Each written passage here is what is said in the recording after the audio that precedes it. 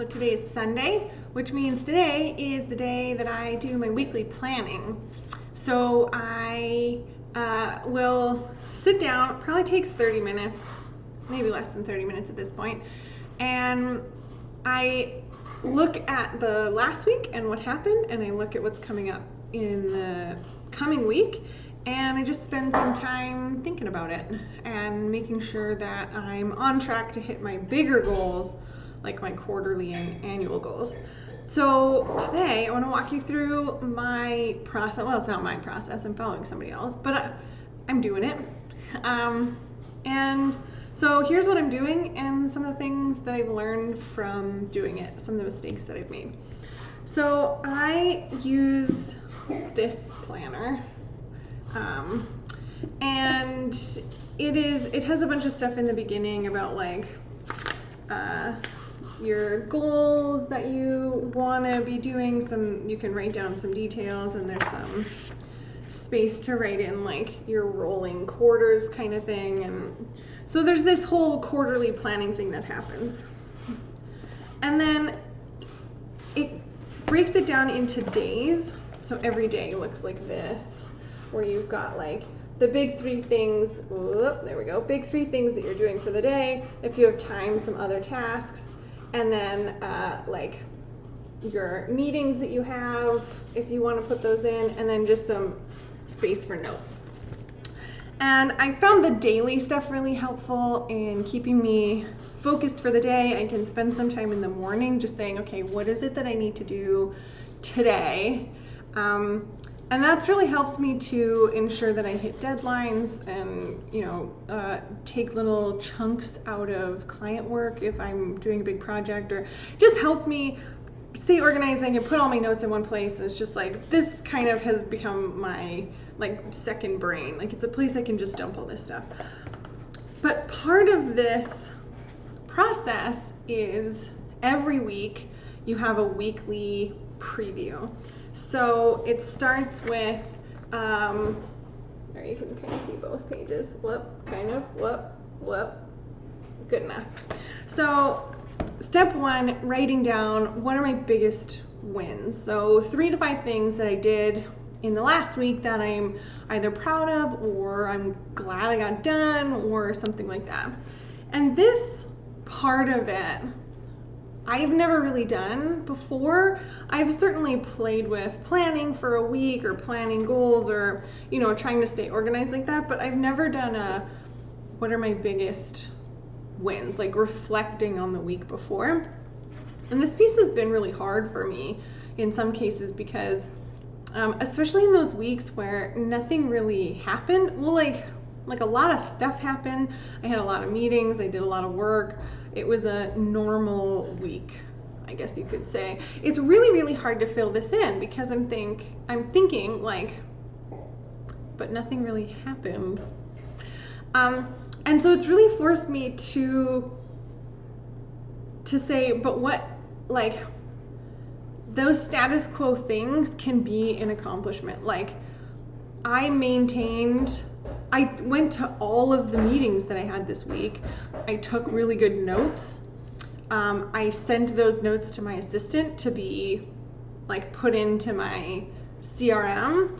I did the work that I had planned on doing, and I wrote social media posts. Like, none of those things in and of themselves are that impressive or would say, oh, like, that's like I wrote something this week. That's an accomplishment because it's something I do every week. But just doing this, one of my biggest accomplishments, it really forces me to think back to, even if it was a small thing,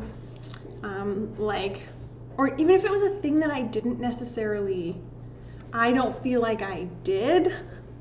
So for example, a couple weeks ago, I was a guest on a podcast, and I wrote that in here. It's not like an accomplishment. I didn't feel like it was an accomplishment because it was like, oh, well, I was asked to do this thing and then I talked for an hour. Like, that's not really an accomplishment, but I still wrote it down because it was still like this cool thing that happened that I was pretty excited about.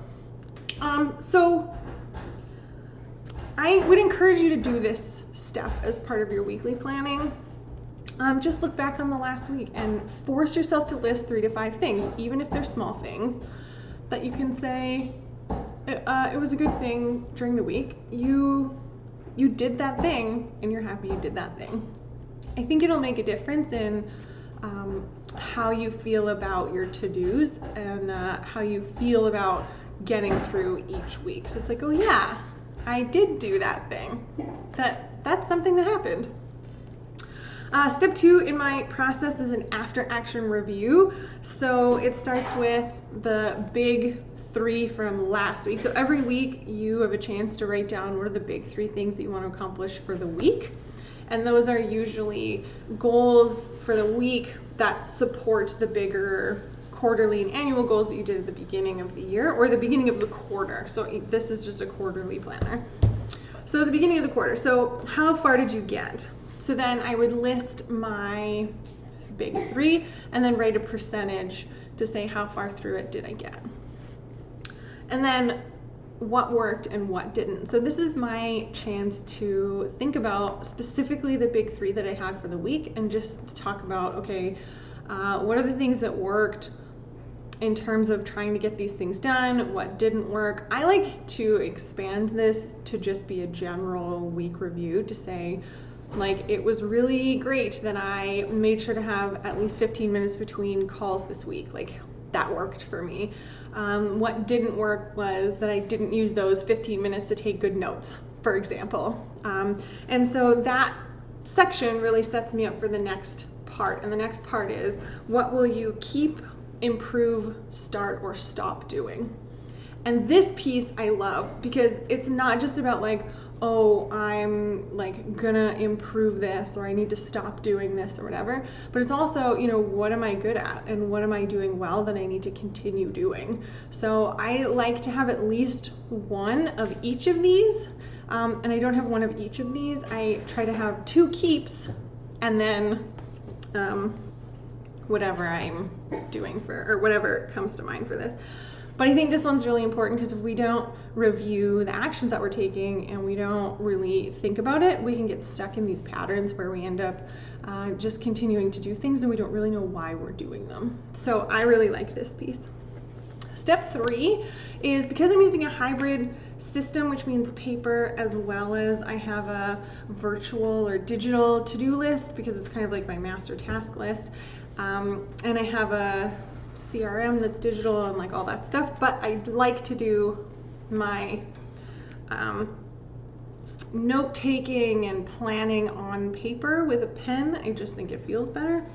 The next part is my list sweep. So I go through my whole week, each one of those daily pages that I showed you, and I go through all of those, and any notes that I had or tasks that were deferred or just anything, I go through all the days and I make sure that all of them get into my daily or into my master task list.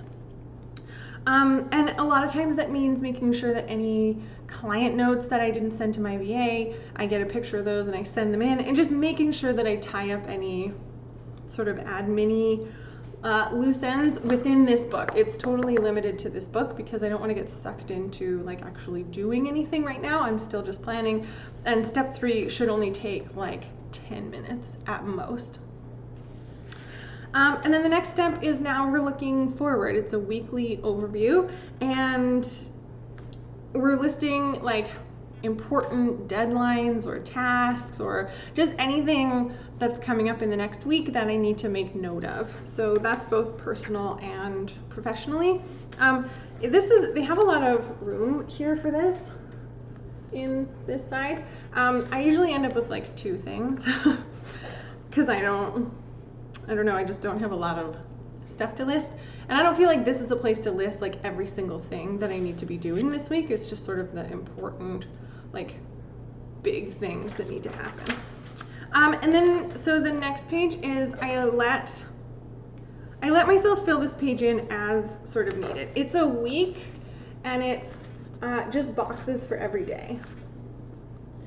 And I will put in any kind of the main things, any big things that are happening during the days, kind of the main things. This week I decided to put in every single meeting. And it got a little overwhelming, to be honest, because it kind of looked like this. So I had a lot of stuff in there. So I don't know if I love that or not. I'm still playing with it. But I do kind of like getting an overview, like I can see my whole week all at once, which is kind of nice, especially the big things.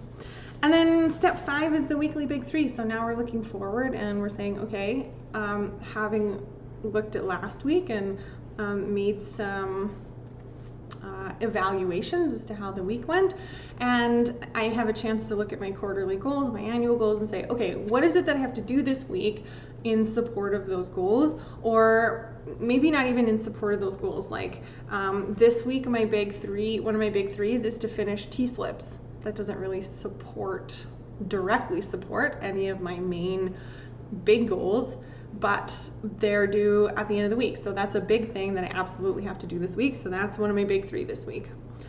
So yeah, these big 3 things for the week.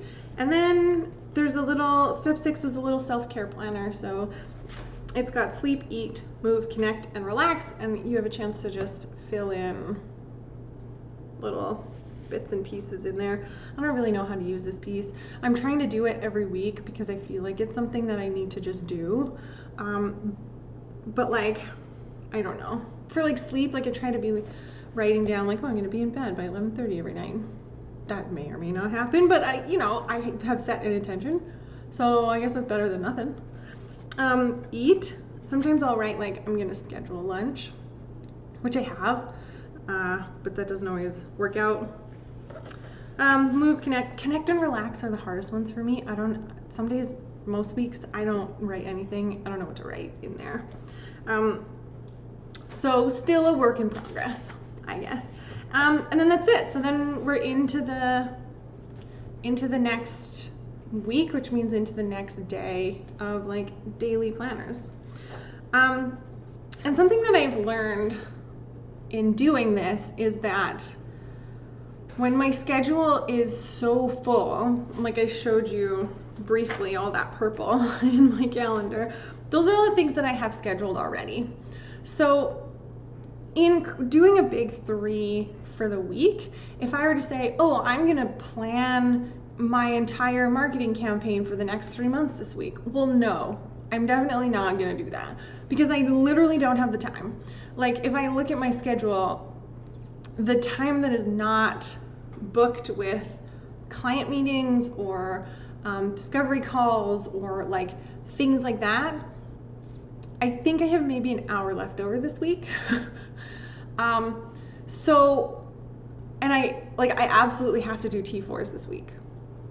Maybe Friday's a more open day, but still the time that I have this week for actually doing work that's not related to talking to people and connecting with people is very limited. So saying, I'm gonna do all of the T4s this week, I'm also gonna create a marketing plan for my entire next 3 months, and I'm gonna create posts for the next 2 weeks. Like that's just not feasible. So if I kind of started out doing that where I was like, oh, well, here's all the stuff that I have booked, but none of those should be related to my goals because I'm already doing those things. So I need my goals to be like big things outside of what I'm already doing.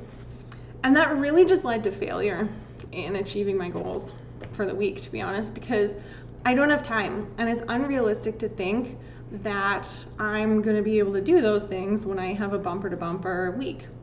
And it's not fair to myself to put that on me and then at the end of the week have to write down my big 3 and say, oh, well, I got 0% through my goals because I did like 100 other things this week.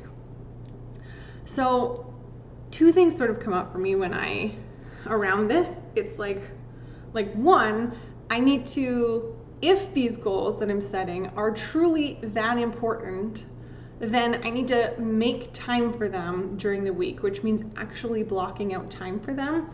And that probably means I need to block it out a couple weeks in advance because I am always booked like that. On a Sunday, if I'm looking at the coming week, I'm always booked like that. So I need to prioritize it well in advance and just block out that time so I can't be booked for a meeting. And the other thing is that if I want to continue connecting with people and doing meetings the way that I do, and I do want to keep doing that, then my goals need to support that and they can't conflict with them. So I've started doing daily goals where if I literally don't have more than an hour spread out throughout the day, because I have meetings, then my goal for that day, one of my big threes, is to show up and be present for every one of those meetings.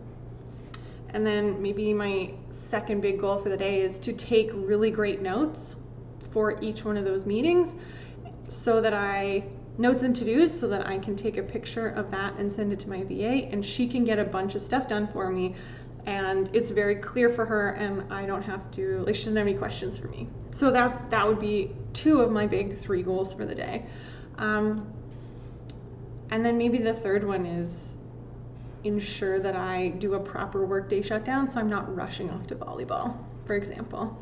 So certainly setting goals that support the day that I already have booked has been really important to me, and doing the weekly review and just having a look at the week and what went well and what didn't, instead of just putting my head down and continuing to work hard and not really being conscious of some of the patterns and activities or behaviors that I do.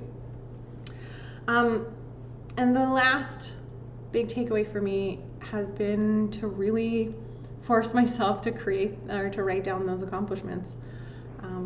Every week my partner and I also do one thing that happened this week that I was happy about or excited about, or anything, one thing that I want to remember. And we write these on a card and we're putting them in a jar. And the idea is that we do this all year. And then at the end of the year, we have a jar of 52, well, for us it'll be 104 little cards, and we can read them all and look at what a great year we had. So yeah, definitely acknowledging the good stuff that happens has been really important, and reviewing behaviors for the week and setting goals that support what you've scheduled, and really being kind to yourself about the amount of work that you can get done in a week.